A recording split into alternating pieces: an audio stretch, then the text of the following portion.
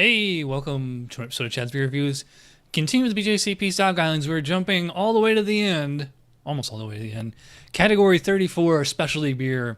Now we have to skip 34A because that's clone beer, which can only really be applied to a homebrew. So we'll go with 34B, mixed style beer. This style is intended for combinations of existing styles, classic beers, or specialty type that are not defined elsewhere in the guidelines. If a mixed style beer does fit another style, do not enter it here. That's for homebrew competition. Overall impression, based on the declared base styles, as with all specialty type beers, the resulting combination of beer styles needs to be harmonious and balanced and be pleasant to drink. And for this example, I've got a brand new release, a collaboration between two of the world's oldest, well, American oldest and German oldest, Weihenstephaner and Sierra Nevada. This is their collab, Braupakt. And they sent me, Weihenstephaner sent me this cool little, I think it's a 500 ml Bootstein with the, because of the World Cup going on right now. I don't have a soccer shirt, so I'm going to wear an American football shirt. It's a collab between them. Basically, Sierra Nevada brought over a bunch of American hops with them. So this beer is made with traditional Hallertauer hops, but then they also use American Chinook and Amarillo hops, which are, those are very big in IPAs and pale ales and things like that, very citrusy type hops. So, actually, comments, history, all that stuff, it doesn't really apply here. You can see everything is just based on the declared base styles. Comments intended for specialty type combination of styles not described elsewhere as specialty type beers, or as a hybrid or fusion beers between other existing styles. Basically, if it falls in a gap somewhere, because this beer is made with American hops, it's obviously not going to score well. If we score it as a 10A, traditional weissbier, hops are supposed to be really, really subtle in that style.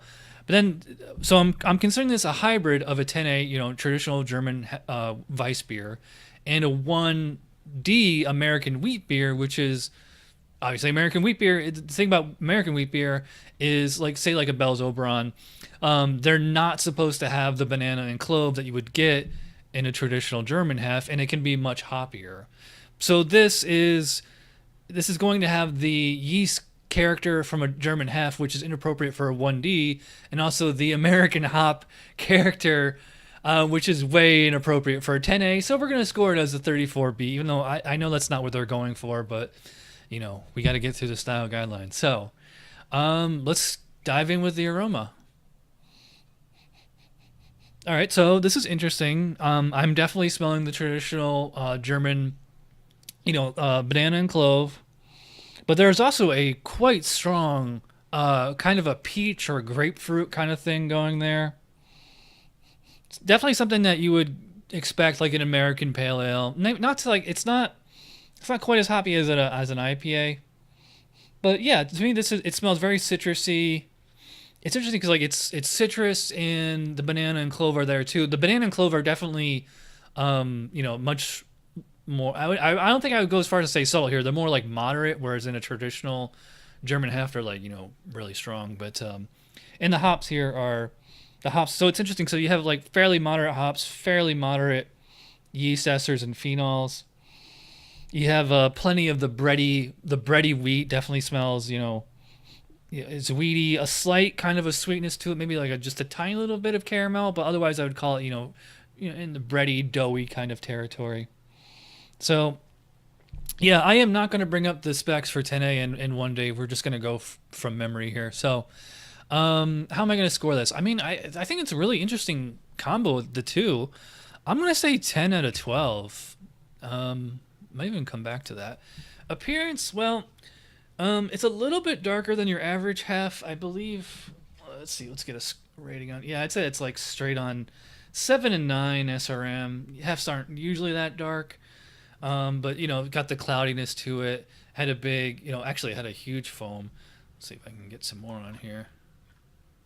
But yeah, I mean, it looks like a hef for sure. Although it has that kind of slight orange tint to it. That's more of an American pale ale. As far as the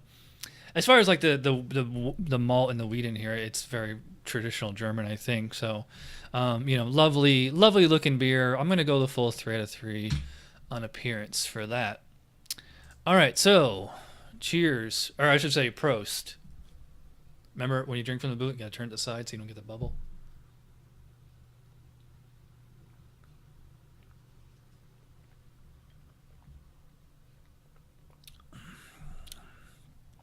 Yeah, that is interesting.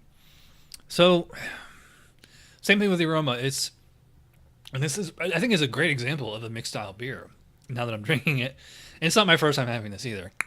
All right, so I'm getting a lot of the wheaty, the bready wheat in there. I'm getting the banana, the clove, but at the same time, I'm also getting those American hops. So I'm getting like kind of an orange peel, orange pith kind of thing. Slight grapefruit, slight little bit of peach or something. Yeah, so up front, I'm getting the bitterness. I'm getting citrusy, stone fruit. Just like American hops, like kind of like an American pale ale type of thing. But underneath it, you have that really strong, just the pale malt and like a lot of wheat in there. So it's like you have this citrusy, bready thing, and then the banana is there, but it's really really subtle at first. You don't get it until the back end, and like a little like a spicy kind of a clove kind of thing. So it's like up front you got bitterness and hop flavor, and then the back end you're getting yeast esters and phenols. Very interesting. So I mean, there's no specs to go by, so we got to go purely hedonistic here. How am I going to score this? Well, I mean, it's definitely got the hef part down. I mean, it should. It's made by Weihenstephaner, and those American hops in there are really an added bonus. So as the two styles meld together, I mean, again, I think it's kind of, like, I don't want to say grasping at straws, but it's not exactly a perfect, if we're going strictly by specs, hybrid of 1D and 10A, but it's really close. I'm going to say 16, maybe 17.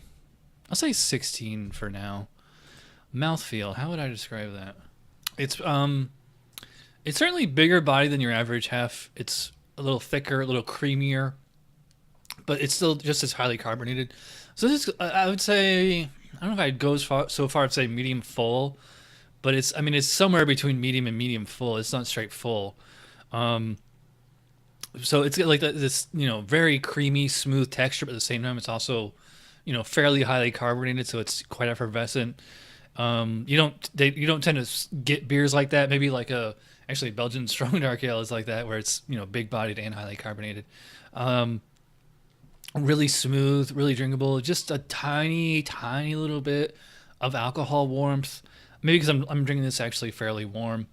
I think 6% ABV is a little bit stronger than I would prefer in a hef, even if it's a experimental hybrid style beer like this. But for everything else going for it, I'm gonna say 4 out of 5 on mouthfeel. I don't think it's perfect. Overall impression, I can kind of go 8 or 9 on this. I'm gonna say 8. That's a total score of 41 out of 50. All right, so I'm going to drop that flavor down to a 15. So that gives me a 40 out of 50, which, it's a good, solid grade. I don't think this is an absolutely amazing blend. And plus, that's not really what they were going for. I'm just making it like that. But, yeah, so 40 out of 50 for the Weihenstephaner Sierra Nevada Braupakt. I guess that's how you pronounce it. All right, so thanks for watching, and go footballers. Cheers. Prost.